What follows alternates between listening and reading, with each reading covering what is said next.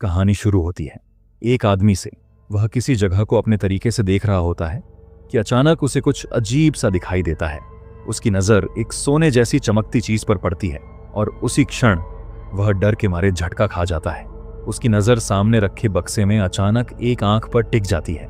डर के मारे वह आदमी तुरंत बिस्तर के नीचे छिप जाता और अपनी आंखें कसकर बंद कर लेता है ताकि फिर से कुछ डरावना न देखे। लेकिन अगले ही पल पुलिस को सूचना मिलती है और घटनास्थल को तुरंत सील कर दिया जाता है। अब वह आदमी मृत पाया जाता है। जांच में गोल्डन रिपोर्टर छोटी मे चिएनचांग पहुंचती हैं और इन केसों की रिपोर्टिंग करती हैं।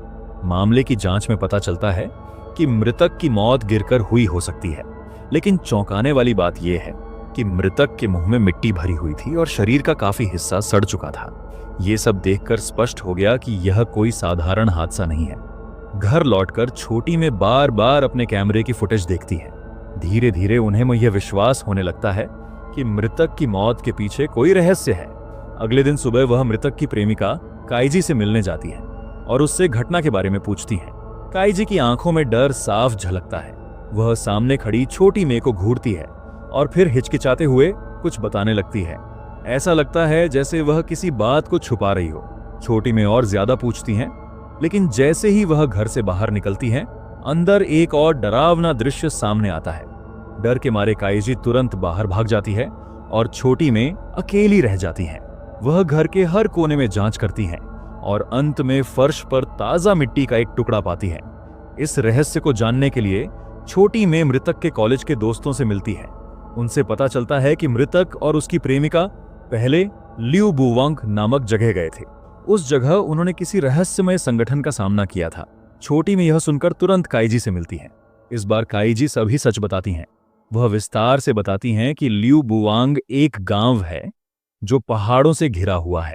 वहां एक बड़ी और पुरानी मंदिर जैसी संरचना है, लेकिन वे हमेशा महसूस करते थे कि मंदिर के अंदर कोई उनकी हरकतों पर नजर रख रहा है, मानो कोई जोड़ी आंखें उन्हें देख रही हों। तभी से अजीब घटनाएं लगातार घटने लगीं। वे जहां भी जाते उन्हें हमेशा लगता कि कोई उनकी निगरानी कर रहा है। इस रहस्य का पता लगाने के लिए छोटी में अपने बॉयफ्रेंड छोटा शुआई के साथ लियू बुवांग की ओर जाती है, लेकिन उन्हें वहां कोई गांव या मंदिर नहीं दिखता जैसा काइजी ने बताया था। सामने केवल एक बड़ी लाल खुली जगह होती है। जिज्ञासा से वे आगे बढ़ते हैं। अचानक पीछे खड़े शुआई ने छोटी में को रोक दिया और कहा कि कभी भी पीछे मुड़कर न देखें। लेकिन जैसे ही वह कहता है, छोटी में और ज्यादा जिज्ञासु हो जाती है और अंत में वह पीछे मुड़कर देख लेती है। रात में छोटी में और शुआई इंटरनेट पर लियू बुवांग के बारे में जानकारी खोजते हैं। पता चलता है कि काइजी जिस गांव का जिक्र कर रही थी उसका नाम ल्यूलेई गांव था, लेकिन 50 साल पहले वह गांव नदी के पानी में डूब चुका था। और इंटरनेट पर यह भी कहा जाता है कि उस जगह के रहस्य अब भी लोगों को डराते हैं। अगर कोई किसी मंदिर की महिला से आंख मिलाता है तो वह सिजिमा संगठन के शिकार हो सकता है और कुछ दिनों में उसकी मौत हो सकती है। अगले दिन सुबह छोटी में और उसका साथी उस व्यक्ति हुई शू से मिलने जाते हैं जिसने पहले ल्यूलेई गांव के बारे में बताया था। वह बताता है कि जब वह जवान था उसे लोक कथाओं में बहुत रुचि थी और जिज्ञासा के चलते वह ल्यूलेई गांव गया।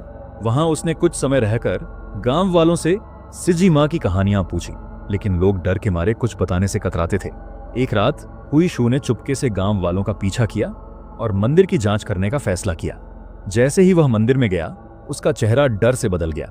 पता चला कि गांव ने बुरी आत्माओं को रोकने के लिए कुछ छोटी लड़कियों को मंदिर की तहखानों में बंद कर रखा था। हुई शू बहुत दयालु था, इसलिए उसने उन लड़कियों को वहां से सुरक्षित निकाल दिया। लेकिन बिना लड़कियों के मंदिर की शक्ति कमजोर पड़ गई और जल्दी ही गांव बाढ़ में बह गया। लड़कियां भी कुछ समय बाद मर गईं। इस घटना ने हुई शू को बहुत डराया और उसने अपने आंखों पर हाथ रखकर सच जानने की कोशिश की, लेकिन डर के मारे वह पछताया। चिंता के कारण हुई शू अस्पताल जाने के लिए गाड़ी लेकर निकला, लेकिन उस समय वह पहले ही सिजिमा के शिकार बन चुका था। अचानक वह गाड़ी के सामने प्रकट हो गया। छोटी में ने इस गंभीर स्थिति को देख समझा कि अब चीजें बहुत खतरनाक हैं। छोटी में ने अपने दोस्त छोटा शुआई के घर जाने का फैसला किया, लेकिन वहां भी उसने देखा कि शुआई पहले ही सिजिमा की शक्ति के प्रभाव में आ चुका था। शुआई अब बार बार भूत जैसी चीजें देखने लगा और मानसिक रूप से बहुत परेशान हुआ। आखिरकार उसने अपनी आंखों को ही चोट पहुंचाई ताकि और नहीं देख सके। छोटी में शुआई की हालत देखकर बहुत दुखी हुई और खुद को भी दोषी समझा कि उसने उसे खतरे में डाला। लेकिन जल्द ही डरावनी घटनाएं फिर से सामने आईं। छोटी में ने जोर जोर से भूत को बाहर आने के लिए पुकारा। उसकी पूरी मेहनत रंग लाई और भूत फिर से सामान्य इंसान में बदल गया। छोटी में फिर हुई शू से मिली और निर्णय लिया कि वे सच्चाई जानने के लिए फिर से गांव की ओर जाएं। हुई शू ने छोटी में को एक जादुई उपकरण दिया जिससे भूत को नियंत्रित किया जा सके और खुद की रक्षा भी हो। बिना उपकरण के हुई शू को भूत ने पकड़ लिया और वह भी शिकार बन गया। लेकिन छोटी में पहले ही गांव में पहुंच चुकी थी और जैसे ही भूत हमला करने आया उसने तुरंत उपकरण का इस्तेमाल किया। भूत तुरंत सामान्य इंसान बन गया और छोटी में के साथ गांव से बाहर चला गया। पता चला कि वह छोटी लड़की और उसकी मां तीर्थयात्री थीं। रात में गांव में रुकने के दौरान मां बेटी को गांव वालों ने निर्दयता से मारा। उनकी मृत्यु के बाद वे भूत बनकर गांव और आसपास लोगों से बदला लेने लगी। छोटी में लड़की की कब्र पर गई और उपकरण को मिट्टी पर रखकर मां बेटी के क्रोध को शांत करने की कोशिश की। लेकिन तभी अचानक एक हाथ उसने पकड़ लिया और उसे दूसरी दुनिया में खींच लिया। अंत में छोटे शुआई ने छोटी में की आवाज सुनी और मुड़कर देखा कि वह सामने खड़ी थी। फिल्म यहीं समाप्त होती है।